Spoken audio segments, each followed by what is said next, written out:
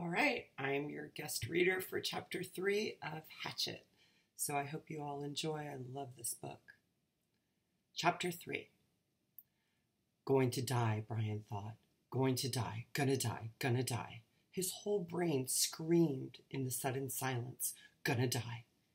He wiped his mouth with the back of his arm and held the nose down.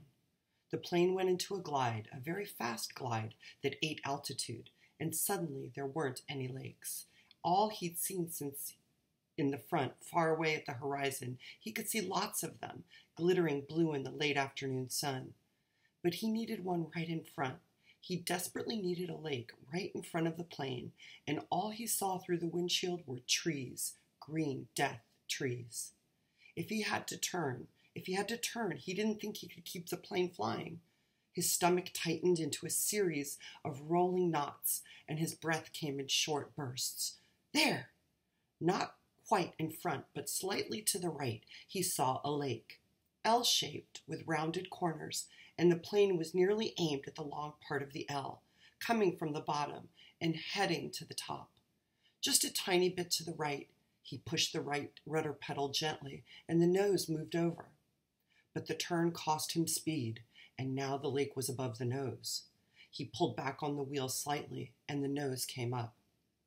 This caused the plane to slow dramatically and almost seemed to stop and wallow in the air. The controls became very loose-feeling and frightened Brian, making him push the wheel back in.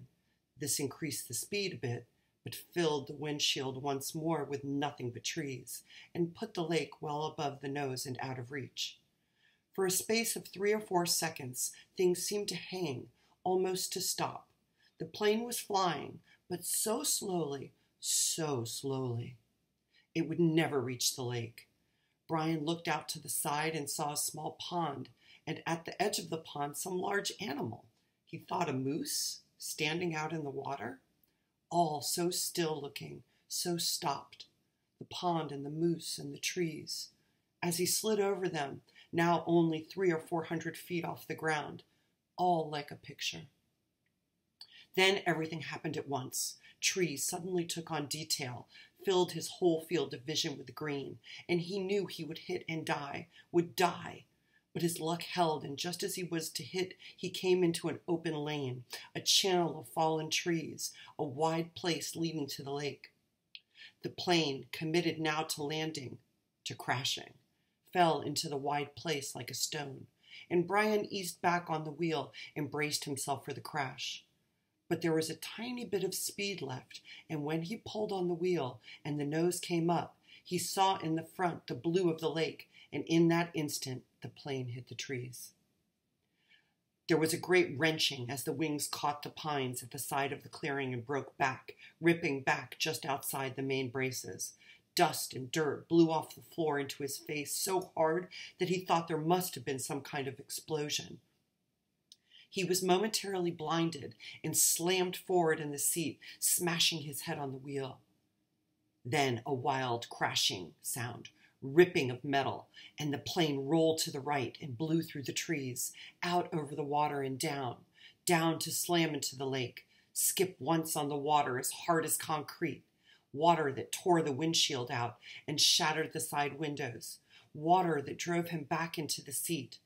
Somebody was screaming as the plane drove down into the water. Someone screamed tight animal screams of fear and pain, and he did not know that it was his sound, that he roared against the water that took him and the plane still deeper down into the water. He saw nothing but sensed blue, cold blue-green, and he raked at the seatbelt catch, tore his nails loose on one hand. He ripped at it until it released, and somehow, the water trying to kill him, to end him.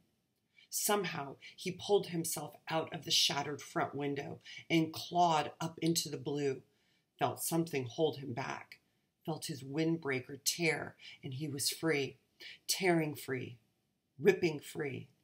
But so far to the surface, and his lungs could not do this thing, could not hold, and were through, and he sucked water, took a great pull of water that would finally win, finally take him, and his head broke into the light, and he vomited and swam, pulling without knowing what he was doing, without knowing anything, pulling until his hands caught at the weeds and muck, pulling and screaming until his hands caught at last in grass and brush, and he felt his chest on land, felt his face in the coarse blades of grass, and he stopped. Everything stopped. A color came that he had never seen before, a color that exploded in his mind with all the pain, and he was gone from it all, spiraling out into the world, spiraling out into nothing. Nothing.